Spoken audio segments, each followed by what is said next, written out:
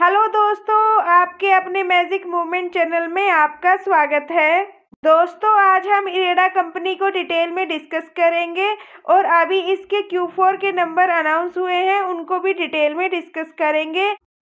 और दोस्तों, वीडियो को लास्ट तक जरूर देखें क्योंकि वीडियो के लास्ट में हम वीडियो का कंक्लूजन देते हैं, जिससे आपके माइंड में क्लियरिटी आएगी कि हमें स्टॉक में क्या करना चाहिए। चलो दोस्तों, करते हैं स्टॉक की कंप्लीट स्टडी। इरेडा यानी Indian renewable energy development agency, यह भारत की मिनी रत्ना कैटेगरी 1 की एनबीएफसी पीएसयू कंपनी है, जिसका बिजनेस न्यू और रिन्यूएबल एनर्जी प्रोजेक्ट्स को फाइनेंशियल सर्विस प्रोवाइड करना है। इरेडा के Q4 के नंबर अनाउंस हो चुके हैं। नेट प्रॉफिट 33% से बढ़ चुका है। ये नंबर आफ्टर मार्केट क्लोजिंग के बाद अनाउंस हुए हैं। डिटेल में डिस्कस करते हैं। 33% का जंप है कंसोलिडेट नेट प्रॉफिट में। जीएनपीए भी रिड्यूस हो चुका है 3.21% से 2.36% और एनएनपीए भी रिड्यूस हो चुका है 1.66% से 0.99%। इसका मार्केट कैप 43,000 CR का है। पी है वो 34.5 की है। अभी जो करंट प्राइस है 161 का है।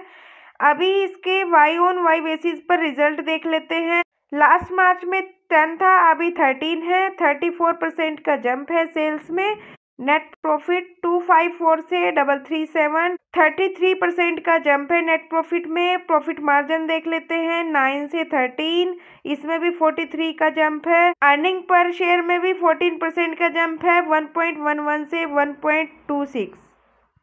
क्वार्टरली रिजल्ट्स देख लेते हैं लास्ट 4 क्वार्टर के। Q1, Q2, Q3, Q4 revenue Q1 में 1143, Q2 में 1177, Q3 में 1253 और Q4 में 1391। Q ऑन Q बेसिस पर revenue increase. Net profit Q1 में 295, Q2 में 285, Q3 में 336, Q4 में 337। Q ऑन Q बेसिस पर नेट प्रॉफिट भी बढ़ चुके हैं। Q ऑन बेसिस पर नेट प्रॉफिट भी इंक्रीज है और जो ग्रॉस एनपीए है वो 308 से 313 और अभी हमें पीछे डिस्कस किया था कि 2.36 हो चुका है। ग्रॉस एनपीए भी डिक्रीज हो रहे हैं, जो कि अच्छी बात है। नेट एनपीए भी डिक्रीज हो चुके हैं 1.61 से 1.65 और अभी 0.99%। Q ऑन बेसिस पर रिजल्ट अच्छे हैं। एनबीएफसी कंपनी में रिवेन्यू बढ़ना चाहिए, नेट प्रॉफिट बढ़ना चाहिए, ग्रॉस एनपीए डाउन होना चाहिए, नेट एनपीए भी डाउन होना चाहिए। जो 4 कंडीशन है चारों पूरी हो चुकी है, यानी Q ऑन Q बेसिस पर रिजल्ट बहुत अच्छे हैं।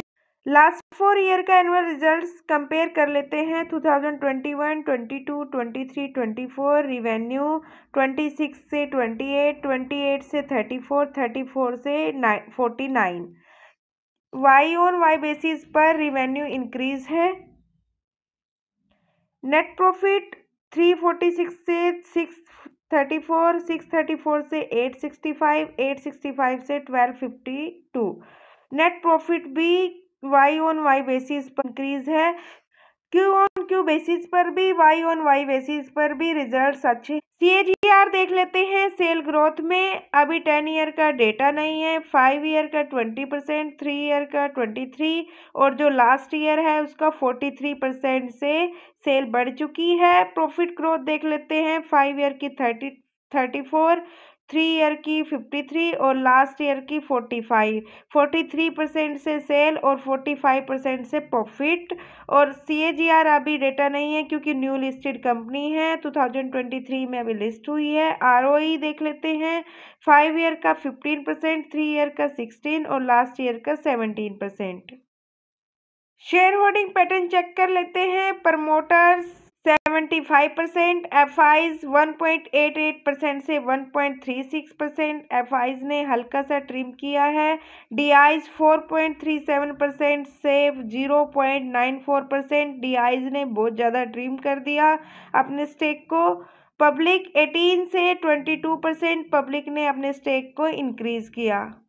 दोस्तों जैसे हमने इसका फंडामेंटल एनालिसिस किया, share holding pattern, CAGR, market cap, PE, ऐसे ही हम कंपनीज के शॉर्ट भी लेकर आते हैं जिसमें आप कंपनी के बेसिक फंडामेंटल को एक फिंगर स्क्रॉल में देख सकते हो। और दोस्तों साथ में हम जिस भी कंपनी के Q4 के नंबर अनाउंस होते हैं उसका शॉर्ट भी लेकर आते हैं। कुछ ही सेकंडों में आप कंपनी के Q4 के रिजल्ट को देख सकते हो। दोस्तों अभी हमने स्टॉक प्राइस का CAGR डिस्कस किया था जहां पर डेटा उपलब्ध नहीं था, लेकिन वो डेटा मैं आपको यहाँ दिखाना चाहूंगी। जब कंपनी का IPO आया था तब स्टॉक का प्राइस 32 था, ऑल टाइम हाई लगा वो 214 का लगा, और अभी जो स्टॉक ट्रेड कर रहा है 161 का है। IPO प्राइस से लेकर और ऑल टाइम हाई तक के जो कंपनी के रिटर्न है वो 324.7% है। इरेडा फाइनेंशियल NBFC कंपनी है, मिड कैप कंपनी है, हाई रिस्की है, हाई रिवॉर्ड है, नवंबर 2023 से लिस्ट हुई है, और अभी जो इसने रिटर्न दिए है 167.83% के दे चुकी है। जो इसका हाई लगा है वो 214 लगा हुआ है, और जो इसका लो है वो 46 का है। टेक्निकल चार्ट भी देख लेते हैं। ये 46 लिस्टिंग प्राइस है। यहाँ से स्टॉक अप जाता है, यहाँ पर थोड़ा कंसोलिडेट करता है और यहाँ से ब्रेकआउट देता है और एक हाई बनाता है। हाई कितना है? ऑल टाइम हाई 214 का है, ये ऑल टाइम हाई है इसका। यहाँ से प्रॉफिट बुकिंग आती है और यहाँ आकर अपना जहाँ से ब्रेकआउट किया वहीं पर सपोर्ट बनाता है 124, जो कि इसका सपोर्ट भी है। 124 इसका सपोर्ट है। फिर यहाँ से दोबारा रिकवरी आती है, यहाँ उसी रेजिस्टेंस पे जाता है जहाँ से प्रॉफिट बुकिंग आई थी, ये इसका रेजिस्टेंस बन जाता है 184 का। और यहाँ से अभी प्रॉफिट बुकिंग आती है, लेकिन जो अभी स्टॉक ट्रेड कर रहा है वो 160 के प्राइस पर है। तो दोस्तों IPO जो प्राइस था वो 32 का था, 32 से 160 हो चुका है। और जो लिस्टिंग प्राइस था 46 था, 46 से भी 160 है। होने को तो ऑल टाइम हाई 214 भी है, लेकिन जो अभी का करंट प्राइस है वो 160 है। तो अभी आप यहाँ पे इसके रिटर्न्स देख सकते हो। मेरे ओपिनियन से अब इसको एक अर्निंग स्पॉट भी मिल चुका है, जो कि इसके Q4 के नंबर थे। Q4 के नंबर अच्छे हैं। अभी जो ब्रेक डाउन है उसका तो मेरे हिसाब से कोई चांस नहीं है। अब मंडे को देखते हैं मार्केट को इसके नंबर कैसे लगते हैं, क्या रिएक्शन आता है। अगर कोई इसमें फ्रेश बाइंग करना चाहता है तो वो 160 के प्राइस पर कर लो, और अगर किसी ने ऑल टाइम हाई पर भी लिया है तो वो एड ऑन भी कर लो 160 के प्राइस पर। और अगर कोई प्रॉफिट बुकिंग करना चाहता है, किसी के पास IPO के टाइम का है या फिर लिस्टिंग प्राइस के आसपास का है या 124 के प्राइस पर है, तो वो अभी वेट एंड वॉच कीजिए। नहीं तो इसके रेजिस्टेंस के ब्रेक होने के बाद आप कभी भी इसमें प्रॉफिट बुकिंग कर सकते हो। तो दोस्तों ये थी इरेडा की कंप्लीट स्टडी। दोस्तों हमने इसका बिजनेस डिस्कस किया, एनुअल क्वार्टरली रिजल्ट डिस्कस किए, चार्ट स्टडी की, शेयर होल्डिंग पैटर्न चेक किया, कंक्लूजन।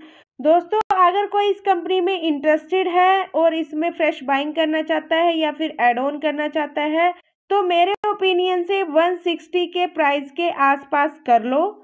और अगर कोई इसमें प्रॉफिट बुकिंग करना चाहता है तो वो इसके रेजिस्टेंस यानी कि 184 के लेवल के ब्रेक होने के बाद कभी भी कर सकता है। इसकी अर्निंग सपोर्ट को देखते हुए, इसके सेक्टर की ग्रोथ को देखते हुए, जो इसका नेक्स्ट टारगेट हो सकता है वो 1000 का हो सकता है, जो कि वो जल्दी अचीव करने का दम रखता है। दोस्तों ये वीडियो एजुकेशनल पर्पज से है, मेरी तरफ से किसी भी स्टॉक के लिए कोई रिकमेंडेशन नहीं है। यदि दोस्तों आपको वीडियो अच्छी लगी हो तो please like, share and subscribe कीजिए, बेल आइकन को प्रेस कीजिए, और यदि इसमें कुछ कमी हो तो मुझे उसका फीडबैक दीजिए ताकि हम आपको और अच्छा कंटेंट प्रोवाइड करा सके। और यदि आप किसी कंपनी के स्टॉक को डिस्कस करना चाहते हो तो आप मुझे कंपनी का नाम सजेस्ट कर सकते हैं। मुझे आपके सजेशन और फीडबैक का इंतजार रहेगा। और अब तक हमारे साथ बने रहने के लिए बहुत बहुत धन्यवाद दोस्त। मिलते हैं नेक्स्ट वीडियो में नेक्स्ट कंपनी की कंप्लीट स्टडी के साथ। तब तक के लिए बाय बाय दोस्तों। प्लीज भाई लाइक कर दो।